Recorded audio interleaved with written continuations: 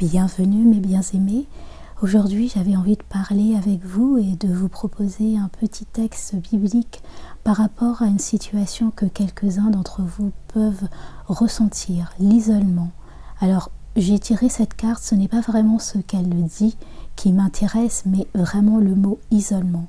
Parce que dans mon cœur, il m'a été donné de vous partager le fait que parfois vous vous opposez à recevoir. Vous vous sentez isolé, mais c'est parce que vous ne savez pas recevoir. En réalité, il y a des personnes et des différentes choses autour de vous qui voudraient vous donner et qui voudraient vous permettre de sortir de cet isolement. Mais il est difficile au fait pour nous de recevoir, tout simplement parce que je sens que certains d'entre vous ont manqué de cet amour inconditionnel qui est normalement là pour chacun d'entre nous. Vous n'avez peut-être pas eu cette sensation d'avoir des personnes qui vous aimaient inconditionnellement et que donc dès qu'ils faisaient quelque chose, c'est parce qu'ils attendaient quelque chose en retour, et c'est souvent bien le cas parce que c'est comme ça que le monde, si je puis dire, nous a appris à faire, et maintenant vous êtes arrivés avec une grande méfiance. Vous savez que souvent quand on donne quelque chose, c'est par pur égoïsme, parce qu'on veut reprendre derrière. Mais sachez que l'amour de Dieu est là et que vous n'avez pas à être dans cet isolement.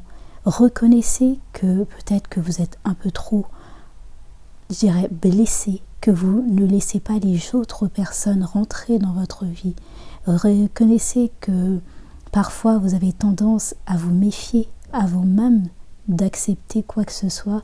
Vous vous posez même pas la question en vous disant peut-être que c'est juste de la bienveillance et que cette personne ou ces personnes veulent réellement rentrer dans ma vie par bonté et parce qu'ils veulent me découvrir.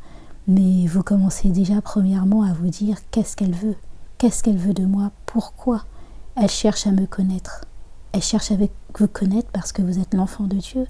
Vous avez des merveilleuses choses à lui apporter, des choses que peut-être que vous ne comprenez pas et que vous pensez c'est juste à voir, mais c'est pas palpable au fait. C'est quelque chose qui est votre bonté, votre douceur, votre amour l'appelle, et elle a envie de venir et de cheminer avec vous, cette personne. Ne vous sentez pas isolé parce qu'on a pris de vous dans un passé et qu'on ne vous a rien donné en retour. Il est temps de consoler ce cœur, il est temps de consoler cet esprit qui veut vous laisser dans cette apathie. Et surtout, au fait, ce que je ressens aussi, c'est que il est temps pour vous aussi de vous sortir de là, d'aller à la rencontre de l'autre. Dieu vous offre une brèche, il vous tend la main, il met des personnes qui sont là pour vous. Ne vous isolez plus. Il y aura vraiment des personnes qui comprendront votre cœur. Quand j'ai ouvert la Bible, j'ai eu ce message de Néhémie, voyage de Néhémie à Jérusalem. La 20e année du règne d'Azaxès, au mois de Nissan, je présentai le vin et l'offris au roi. Je n'avais jamais montré de tristesse devant lui. Mais ce jour-là, le roi me dit, « Pourquoi ce visage triste? Tu n'es pourtant pas malade. Tu as donc du chagrin. » Alors je ne vais pas vous lire tout le livre de Néhémie, mais je vous conseille réellement d'aller puiser dans cette parole de Dieu, Néhémie 2. Vous verrez, vous comprendrez, tout simplement parce que c'est un jeune homme qui a été déporté, enfin qui vient de Jérusalem, et il a été déporté dans un autre pays. Il pourrait être complètement, je dirais, aigri, ne pas faire son travail correctement. Et pourtant, il a gardé à cœur d'être ouvert, d'être joyeux, de servir les autres avec bonté et amour. Et parce que, à un moment donné, il a toujours été de bonne composition, on l'a toujours vu joyeux et heureux. Il ne s'est jamais retiré de la face du monde où il est devenu grognon.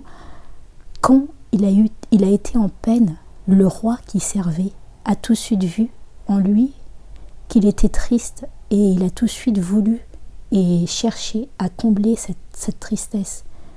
Et pourtant, vous allez me dire, c'est un roi, qu'en a-t-il à faire de son échanson? Donc l'échanson, c'est la personne qui boit et qui mange le repas du roi au cas où on aurait voulu l'empoisonner.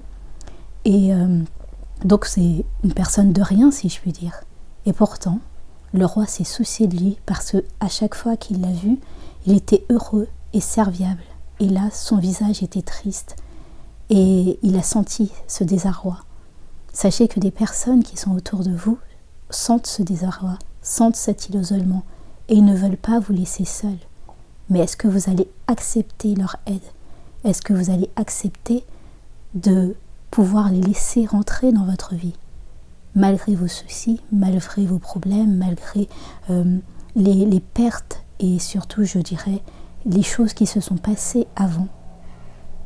Sachez que des personnes qui sont autour de vous souhaitent vous aider, souhaitent accéder à vos requêtes, souhaitent venir dans votre vie, venir et participer pour amener le bonheur et la joie en vous. Donc je finis le texte biblique et donc Néhémie ose demander au roi de le laisser partir.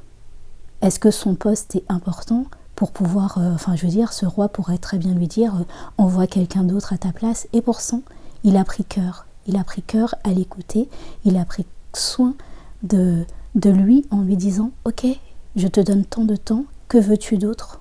Osez au fait, ne restez pas dans cet isolement. Je sens que peut-être que c'est dû à un manque de finances. Vous avez peur de demander, vous avez peur peut-être de paraître, je dirais, pour quelqu'un de faible, mais il n'y a pas de faiblesse en Dieu. D'ailleurs, il dit dans une de ses phrases, de ses paroles, c'est « dans ta faiblesse que je me révèle ». Sachez que c'est dans vos faiblesses qu'il est là, auprès de vous, et qu'il est prêt à envoyer tous ses anges, tous ses saints. Et quand on se dit ces anges, je ne parle pas des personnes ailées, je parle vraiment de ces enfants qui sont autour de vous et qui sont prêts à vous ouvrir les bras. Ouvrez votre cœur, ouvrez-vous de cet isolement. Vous n'êtes pas seul. Vous n'avez pas à avoir honte. Le manque, ce n'est rien. Vous êtes l'enfant de Dieu. Dieu possède tout. Seulement, osez. Laissez cet ego, laissez ces paroles limitantes en vous disant « je vais gêner ». On est là pour vous. Donc, je reprends la parole. Je disais, donc, il est parti. Ce que son cœur lui disait de faire. Alors, quand j'utilise le côté très matériel, je ne pense pas que... c'est pour ça que je pense que c'est peut-être quelque chose de très financier, très matériel, tout simplement parce que Néhémie a eu cœur à aller reconstruire les murailles de Jérusalem.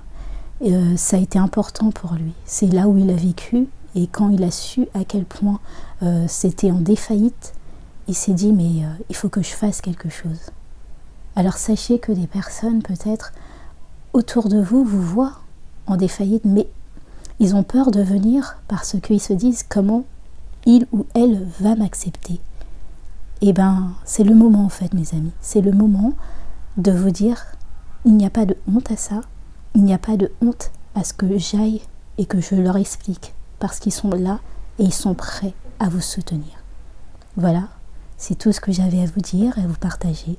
Soyez bénis. À bientôt.